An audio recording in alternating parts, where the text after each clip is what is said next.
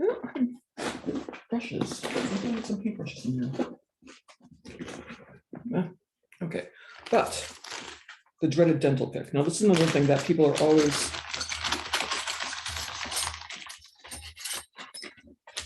curious about. Ooh, nice little scale. It's very nice to put something like this in the photo next to a small artifact if you're trying to indicate the scale of it. We get really good at looking at very small things and being identified this very small thing from that little small thing. Dental picks, and some of these are actually, this one is actually a dental pick from my dentist. He wanted to know why I wanted it, and I told him I was going to start doing dental work on my family at home. He fortunately knew that I have that kind of sense of humor and gave me a set.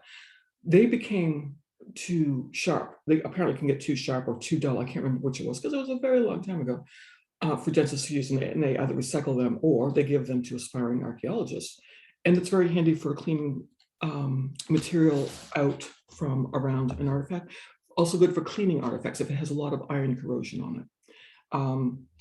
Tweezers occasionally needed, and more matches for lighting things on fire. But also sometimes it's useful to have them the sticks either to help clean dirt away from an artifact or prop up an artifact that you're taking a picture of if you're taking pictures in the field. So little bits of wood, very useful stuff.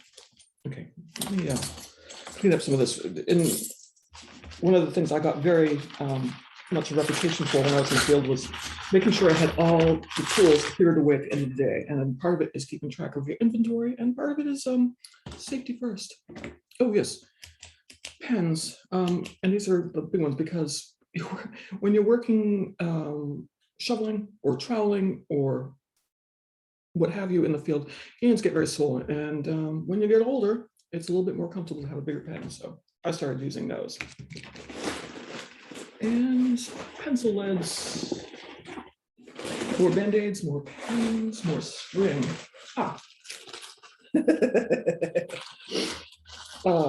Little index cards, just have them around just in case you need to make a quick sign for a photograph or leave a note on the driver's seat of the car to pick up extra things on the way back from the dig or what have you. But sometimes, just sometimes, you need to groom yourself. Oh, this is disgusting.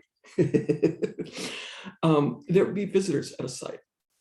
And while you can get away with quite a lot of, how can I put it, low maintenance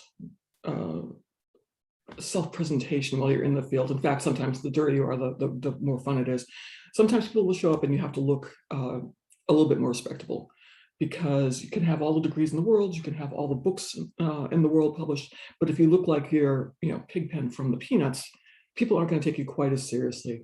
When I started writing the Emma Fielding mysteries, one of the things I wanted to do was talk about what the real life is for an archaeologist, because oftentimes in fiction you have a very sensational image of archaeologists. Either they're slightly mad and they're looking for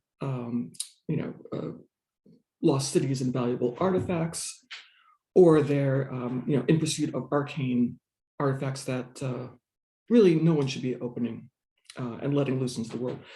But she talked about, I wanted to talk about what it was like to be really an archaeologist. So there's that part of being able to do a lot of hard, heavy field work and then look reasonably presentable when the local newspaper comes to take pictures of you.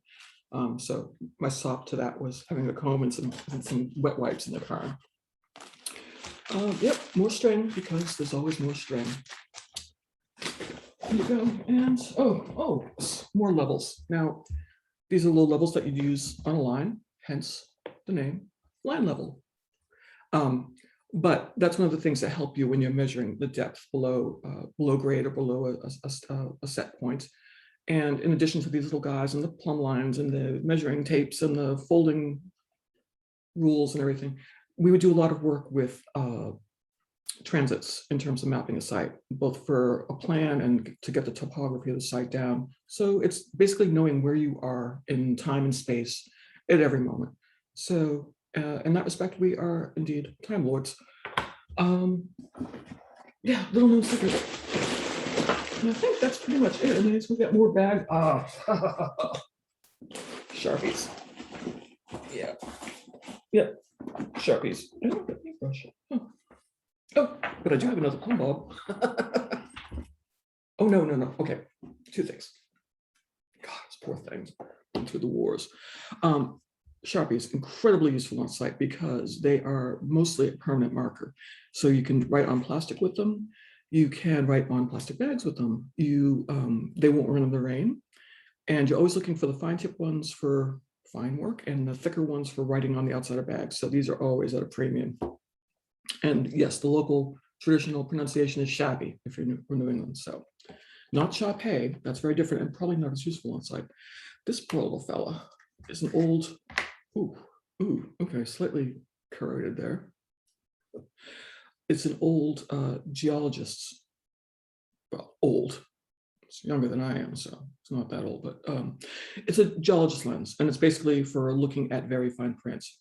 Oftentimes there'll be artifacts like pipes that have words or pictures imprinted on them. Sometimes we'll be looking at a piece of pottery that has a maker's mark, and you're trying to identify where it's from based on that mark, because there are whole books dedicated to that sort of thing. And so having a little lens in the fields can be very handy for that. Also for looking at inclusions in the soil, because sometimes you find odd little things like fish bones or otoliths or fish ear bones that actually are things that you can learn how old the fish was. So you can talk about people's diets and at what point they were eating certain fish or harvesting them, or very, very cool stuff. But if you want to get small, you're going to need one of these guys. Hopefully in a little bit better condition. Poor baby. And I think that's pretty much it. I think that's all the cool stuff anyway.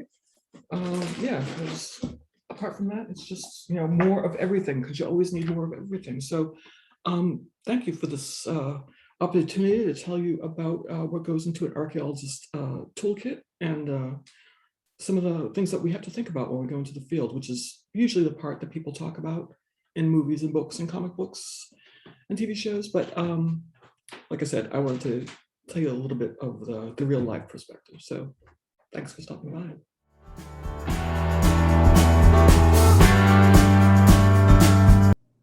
Hi, this is Dana Cameron. Thanks for watching to the end of the video. If you'd like to see more content like this, don't forget to hit subscribe and to click on the bell icon so you get notifications.